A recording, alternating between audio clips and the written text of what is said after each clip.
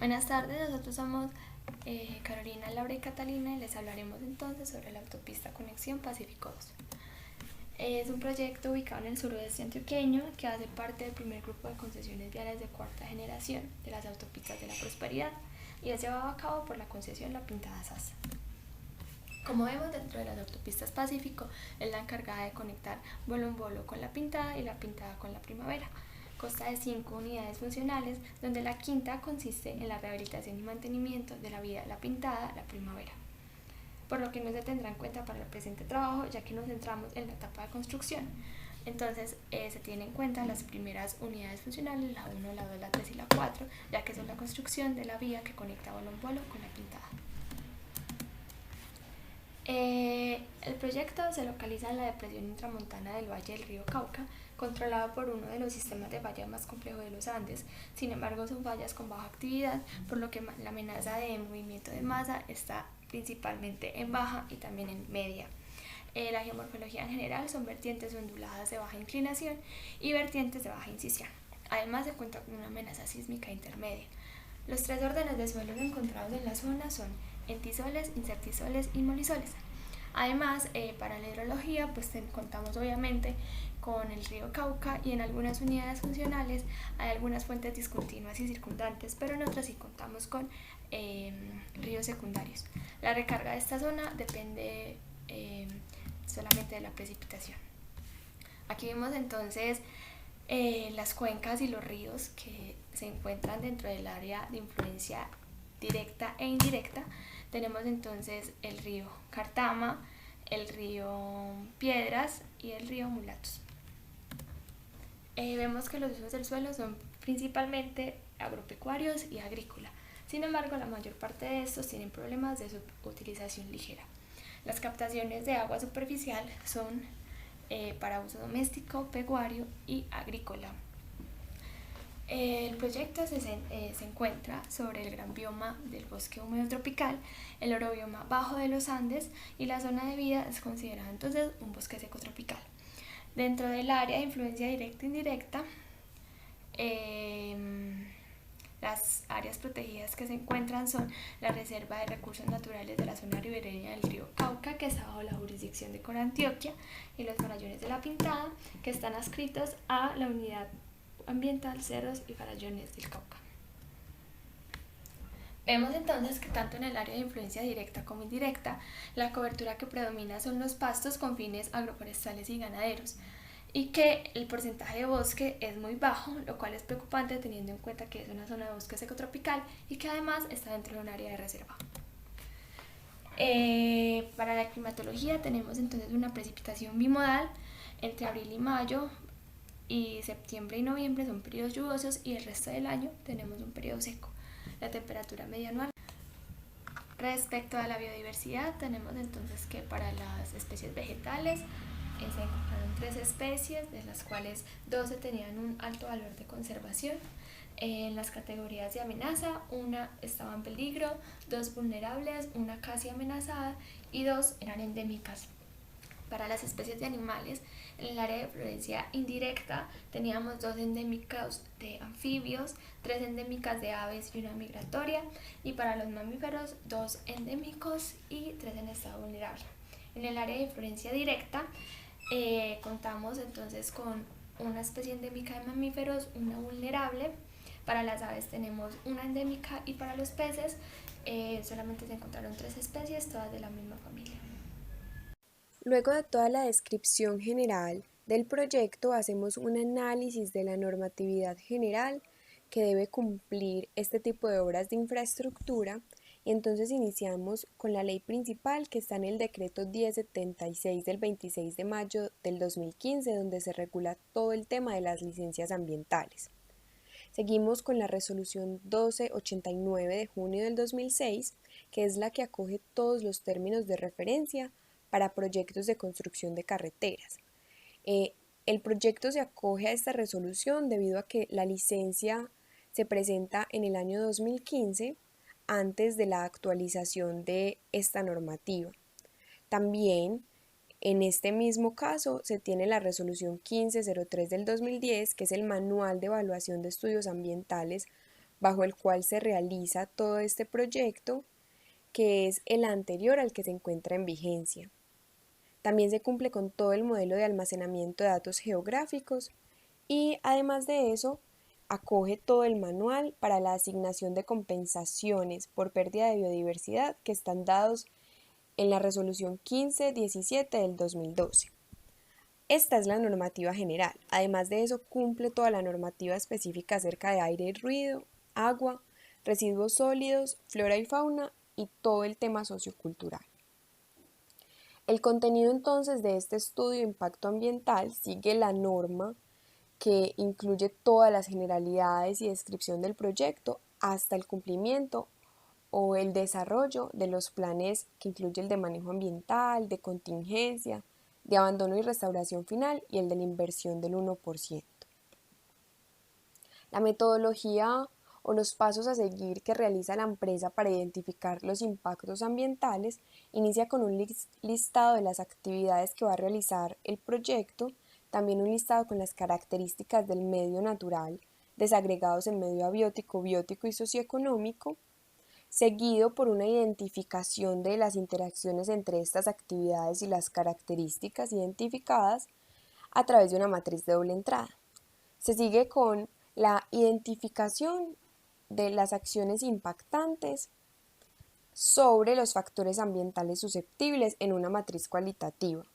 Y por último, se hace una evaluación de estos impactos a través de los 11 atributos que propone la metodología de CONESA.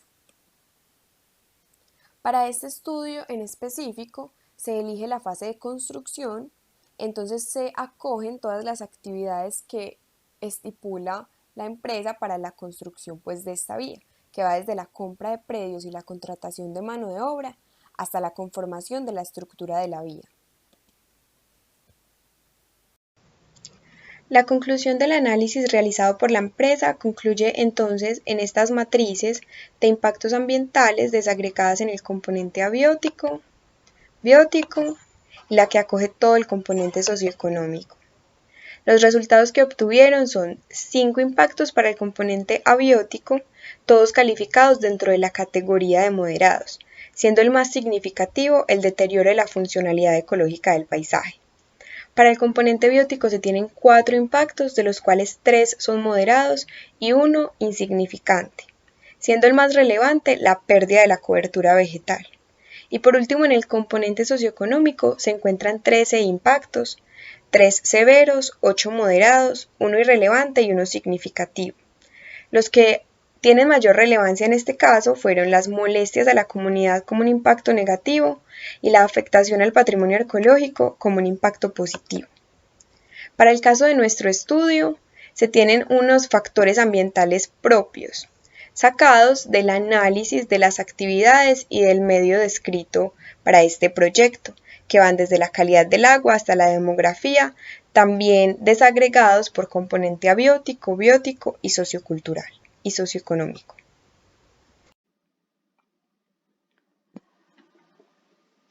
Después de identificar las actividades y los factores ambientales afectados por el proyecto, se procede a realizar la evaluación del impacto ambiental.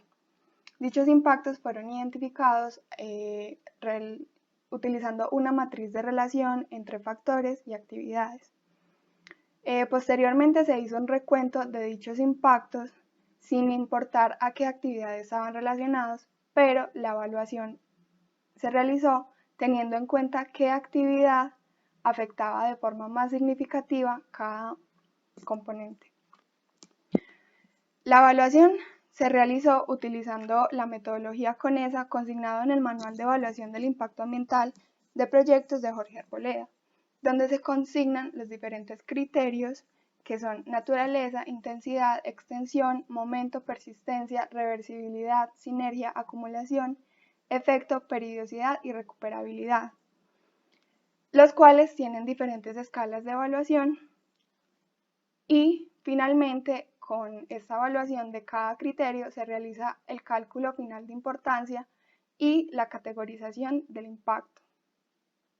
Inicialmente se realizó la evaluación del componente abiótico, donde se identificaron 20 impactos relacionados con factores como agua, suelo, aire y la generación de residuos. Resultante, tuvimos 7 impactos moderados, 12 severos y 1 crítico. El impacto crítico que encontramos fue la pérdida de horizontes superficiales del suelo, ya que por la conformación de la estructura de la vía, dichos horizontes requieren ser removidos en su totalidad y por ende tiene mucho impacto, ya que es un impacto que se presenta en toda la extensión del proyecto. Respecto al componente biótico, se hallaron 4 impactos: pérdida de individuos de flora, desplazamiento de comunidades terrestres de fauna, atropellamiento de individuos y generación de obstáculos de vuelo relacionados con la infraestructura de servicios públicos, principalmente alumbrado.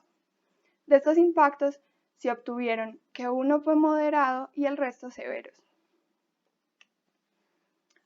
Respecto al componente socioeconómico, se tuvieron 14 impactos, de los cuales 5 fueron moderados y 9 severos. El desplazamiento de población fue el impacto más significativo en este componente. En este componente se tuvieron en cuenta impactos relacionados con economía, ubicación de la población, ingresos, generación de empleo y todo lo que tiene que ver con dinámicas organizacionales de la comunidad. Después de realizar la evaluación, se procede a realizar una comparativa con la evaluación presentada por la empresa. Inicialmente se identifica que la presentación de los estudios de impacto para cada unidad funcional se realiza de forma distinta, lo cual se puede dar porque diferentes equipos realizaron las evaluaciones.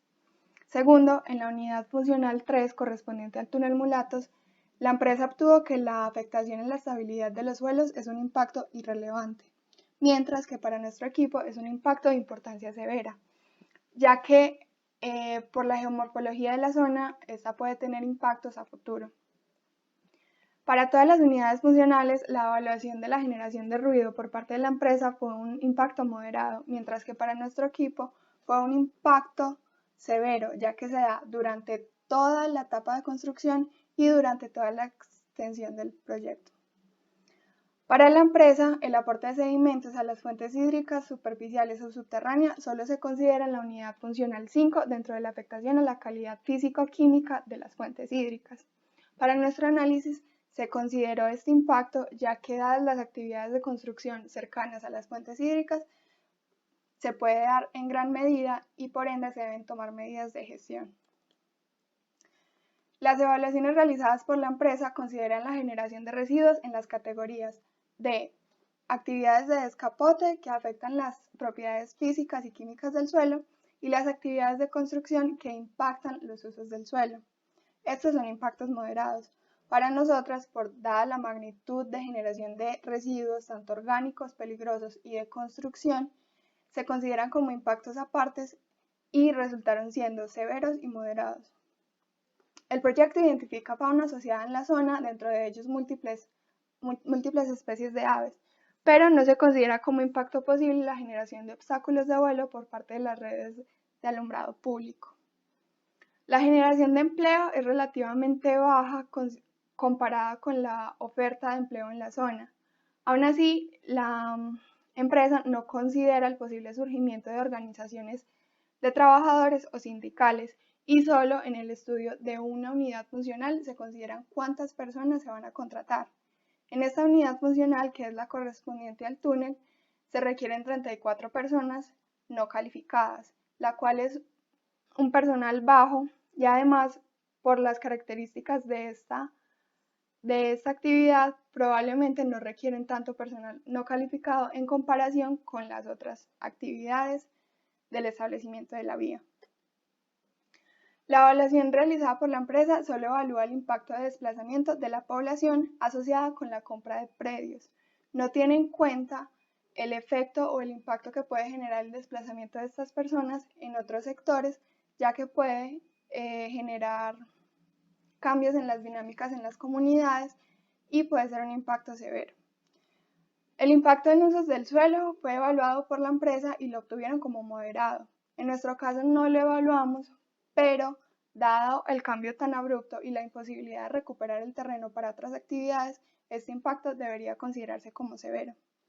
Finalmente, resaltamos del estudio de impacto de la empresa que realizan de forma diferenciada la evaluación de los impactos para cada unidad funcional, considerando las actividades que impactan cada factor en cada unidad. Además de que consideran los impactos negativos y positivos del hallazgo de patrimonio arqueológico, ya que consideran deterioro de estos hallazgos y también la generación de conocimiento y aporte cultural.